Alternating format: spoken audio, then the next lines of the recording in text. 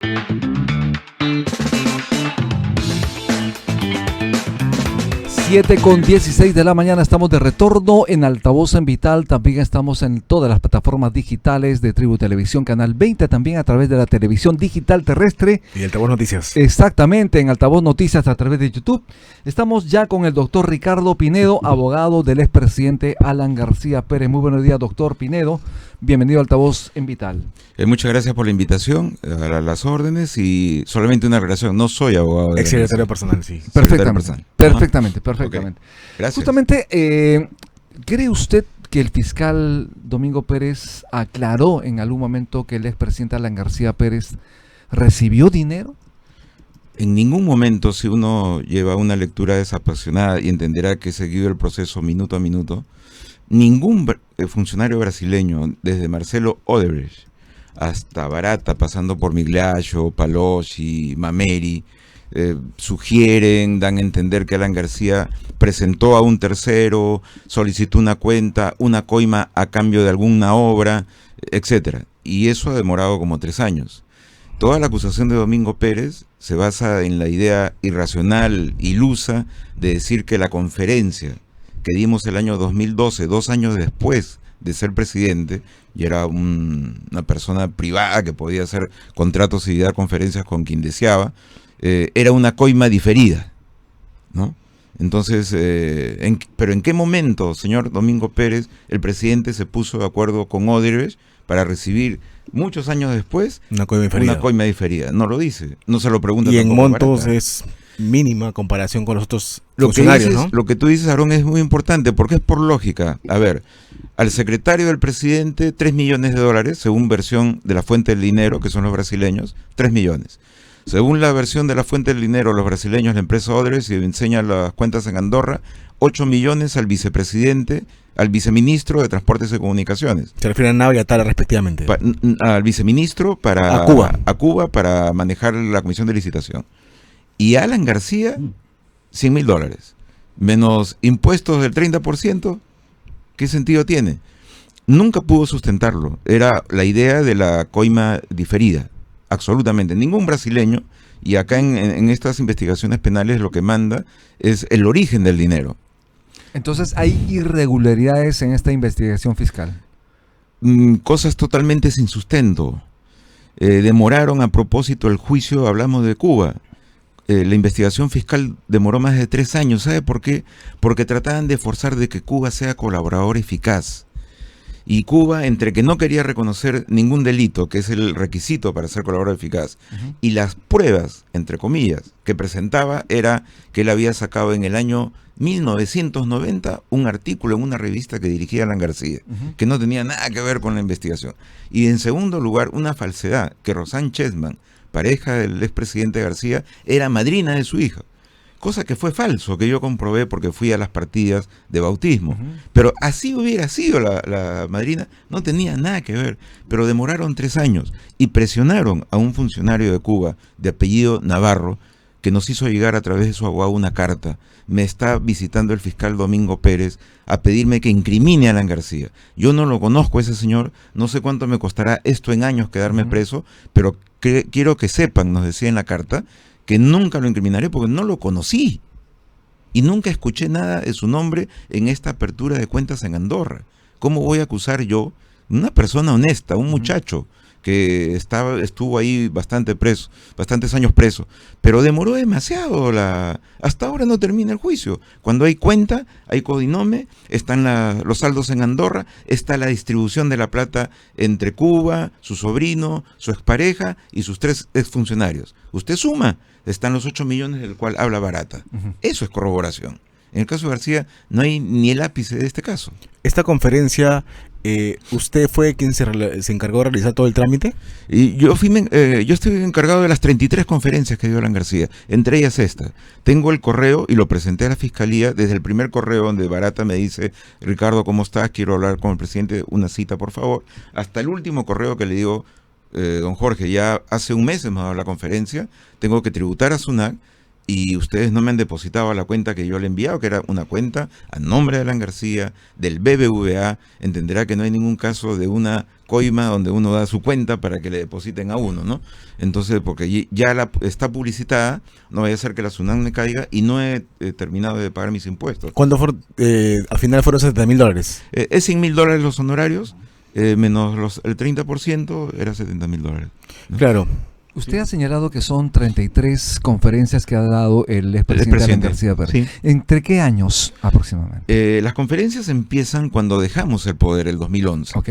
Yo ya recibía cartas en Palacio de Gobierno. Invitando para las conferencias del presidente. Primero, en honor a la verdad, de agencias de speaker a nivel mundial, Ajá. eran las más ranqueadas en el mundo, que me decían, señor Pinedo, les va a llover una serie de conferencias, el presidente ha terminado una gestión exitosa y hay un enigma. Este fue el secreto del éxito en las conferencias. Un trabajo que no teníamos en mente. Íbamos a salir de Palacio y ya habíamos conversado para reincorporarnos al Instituto de Gobierno. Ha tenido un gobierno exitoso Alan García. 2, la persona pues es un orador de polendas. Claro, Y 3, hay un interrogante. ¿Quién es el nuevo presidente en Perú? ¿El de la boina y el polo rojo, chavista? ¿O Humala se ha ayornado y está en el camino de la proinversión? ¿Quién mejor que Alan García especifique? Y aproximadamente, ¿cuánto es lo que un expresidente cobra, digamos, por una disertación de este tipo? Por ejemplo, Barack Obama o Bill Clinton, por ejemplo, ¿cuánto cobraban ellos y cuánto es lo que percibía el expresidente Alan García por dictar estas conferencias? En ese año, actualmente ese año. No sé, estamos hablando de 2011. Conocí a 4 o 5 agencias de speaker, las más ranqueadas en el mundo, que querían ser representantes de García, y aprendí de ellos que, en efecto, hay un cuadro, porque es un trabajo, es tu inteligencia que explicas en 30 minutos, claro, a un grupo selecto de inversionistas que no saben si mover sus millones al mediodía hacia Perú, en un puerto, en un aeropuerto, en un fondo de inversión, etcétera. Un presidente norteamericano que es el más ranqueado, entre 300, 400 mil dólares por 30 minutos. De ahí, en lo que corresponde a nuestro continente, venía el presidente brasileño, sea quien fuere. Claro. Objetivos geopolíticos. 200.000, 250, dependiendo. De ahí venía México, que también imagino yo que era por un objetivo geopolítico. 200, ¿no? La sugerencia que nos daban las agencias era que cobremos 150. 150.000 dólares. Sí, porque esto era eclíptico. Okay. ¿No? Hay una gran expectativa y luego va definiendo. Entonces, y yo decía, pero si no tenemos agencia, ¿por qué nos llueven? Las fechas se montaban, se cruzaban. Entonces, ¿qué pasaba? Que, por ejemplo, la Confederación, para que entiendan los televidentes y los oyentes, la Confederación de Textiles de Medellín, me decían, Ricardo, ustedes ya han firmado un tratado de libre comercio. Nosotros vivimos de eso años, somos productores, somos confeccionistas, y ya se nos viene el TLC. Es cierto que uno quiebra, es cierto que uno se impulsa, ustedes ya lo han hecho. Queremos a Alan García aquí. Queremos conocer la experiencia peruana. Así es, y de voz me decían, pon la cifra, no es problema, nosotros tenemos fondos, pongan la cifra, queremos que esté acá una jornada de 20 minutos ante todo el gremio, y a la semana que el presidente daba eso, me escribía el de la Confederación Textil de Quito. Me dice, he tenido la suerte de estar en Medellín, lo he escuchado al presidente y lo quiero en mi gremio. Entonces, un efecto ping-pong y que nos... estamos hablando en promedio aproximadamente por conferencia sería $100.000. No, a pesar de las sugerencias... Imagino que han habido ad honorem también. Hubo una que nos invitó la Sociedad Interamericana de Prensa a Río de Janeiro, solamente con el pasaje pagado, y el presidente asistió. Y otra ad honorem que fue un honor, me dijo yo jamás... fue en el Vaticano, ante su santidad.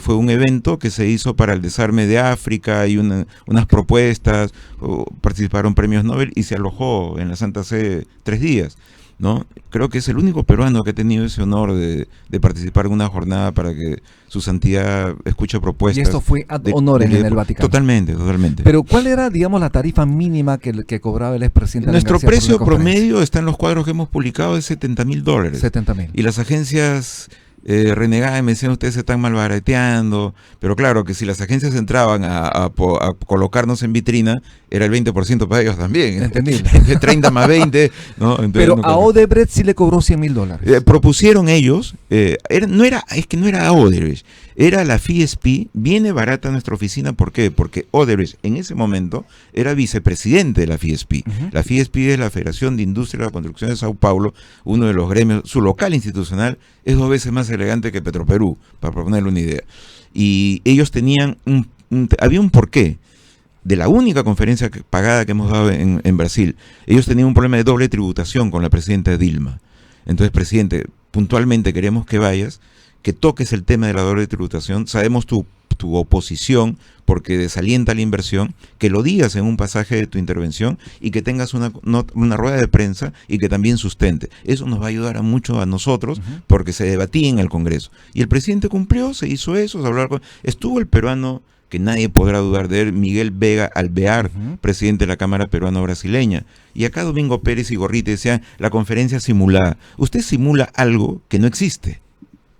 No, es que no firmaron el contrato, es ignorancia jurídica elemental.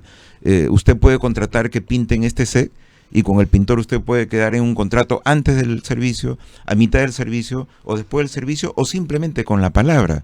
En las transacciones civiles basta la palabra o basta un documento, pero lo puede hacer antes, durante o después. Eso no ¿Cuántas significa conferencias nada. dictó el presidente Alan García con este grupo de empresarios brasileños, liderados por Odebrecht en ese momento? Solo una. Solo esa. Por $100,000. Sí, y tuvimos el problema, y la fiscalía lo sabe porque yo he presentado mis correos, que pasaba el tiempo y no nos abonaban. Y yo le decía, ¿qué pasa? No, es que la FIESP ya está mirando para otro lado, no quieren hacerse cargo, y ya está hecha déjame ver. Y me manda un contrato de un estudio de abogados, que yo lo leo. Yo he firmado varios contratos de conferencia de Alan García, o con agencia de speaker. A ver, el gerente general de JP Morgan no va a discutir con Ricardo Pinedo los honorarios. Contrata una agencia, o un estudio de abogados le dice, oye, tengo 100,000, contacta con Alan García y lo queremos para este evento. Y vamos a negociar. Y negociamos y tal. Estamos con Ricardo Pinedo, haremos una breve pausa. Él es secretario personal del expresidente Alan García Pérez. Vamos a hacer la pausa y regresamos.